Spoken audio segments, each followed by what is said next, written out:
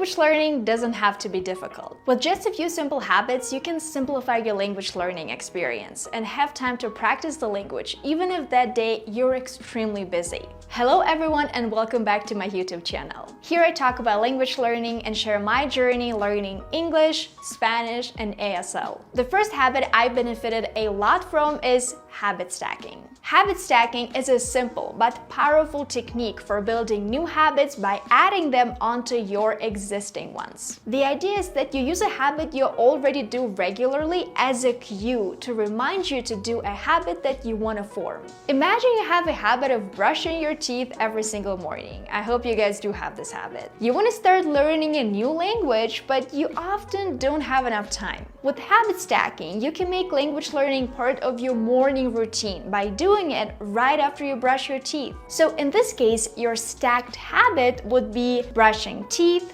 language app. Here are some other examples of habit stacking. Your habit might be drinking coffee in the morning, and your stacked habit is listening to a language learning podcast while drinking coffee. Your habit might be taking a shower in the evening, and your stacked habit is reviewing flashcards or practicing vocabulary in the shower. Let's say your habit is watching TV before bed. Your stacked habit might be reading a book in the language you're learning before or after watching TV. And then finally, your habit is going for a walk during lunch break.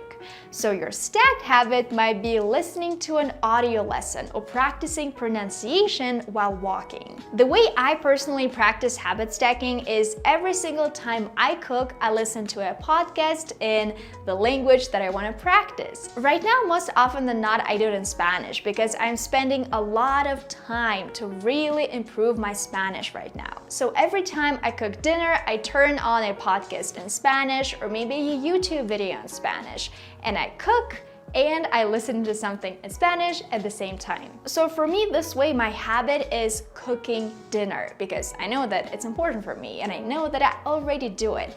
And my stacked habit is watching a YouTube video in Spanish. The second habit that I implemented that has benefited me a lot in terms of my language learning is Googling everything in a foreign language. I think it's a very powerful habit and it won't take a lot of your time at all. Every time you want to find some information, Google something, use your target language instead of your native language. My native language is Russian, so of course it's a lot easier for me to just Google "Почему киты такие большие?" instead of do it in English. Why are whales so big?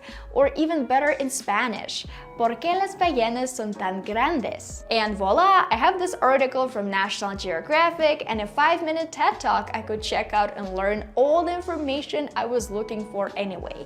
But do it in Spanish, right? Instead of in English, instead of in Russian, because I know that in these two languages, I feel very comfortable. Like if I read an article on why whales are so big in English, I'm probably not gonna memorize any new vocabulary, but in Spanish, I definitely am. And you guys can do the same thing with any language you're learning. And that is extremely beneficial for my language learning right now is writing down all the new words. I encounter new words all the time in every single language I'm learning. Even though I think my English is very good already, a few days ago I was reading a book and learned these two cool words: to shortchange someone and to be frazzled.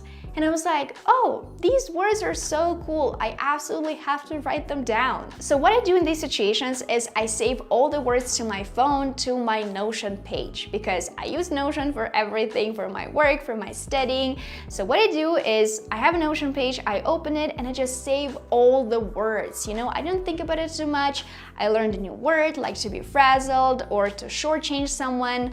Type it, save it, done. I have a lot of work every day, so I only have time to create good flashcards out of these words on the weekend, and that's exactly what I do. This helps me memorize words and later use them in conversations. So Monday through Friday, I'm just collecting all of this new vocabulary, right? And when it's Sunday or Saturday, when I have enough time, I just transfer everything to Anki, I create good quality flashcards, and I memorize all these words the next week. The next habit that I have right now is kinda connected to habit stacking, but basically I don't start work before I review all of my Anki cards. We talked about habit stacking, so this next habit is kinda like this. Before I finish X, I won't start doing Y. I work from Monday to Friday, so I decided to tie my flashcards review to my work because it's extremely easy to do. I work 5 days a week. And on the weekend, I give myself a little time off. I always say that Anki and their spaced repetition technology has changed the way I approach language learning. And I have already tested the system with such different languages as Chinese, English, Spanish, and ASL. And it works perfectly with every single language, allowing me to memorize new vocabulary. So I wake up, I do all of my morning routine things, and then before I'm about to start working, my computer is already open, right? So I just click on Anki, I review my flashcards. It takes, I would say, 5 to 10 minutes. It's not a lot of time, believe me. And then I start working. And the final habit that I absolutely love is I learn grammar when necessary. I only learn grammar when I feel like I need this specific rule and when I feel confident that I can use it myself. I personally believe that asking yourself these two questions is paramount. The first one is, do you actually need the specific grammar rule? Because there are a lot of complicated grammar rules out there, and quite frankly, we don't use a lot of the grammar we learn. And the second question is, are you confident that you can use this grammar yourself in conversations? If the answer is not, then maybe you need to practice more. You need to understand this grammar more and more. Or maybe you just don't need it. The reason why I decided to use this approach is because it's connected to the cognitive load theory, CLT. A little bit of science for you guys right now. Imagine your brain is like a backpack.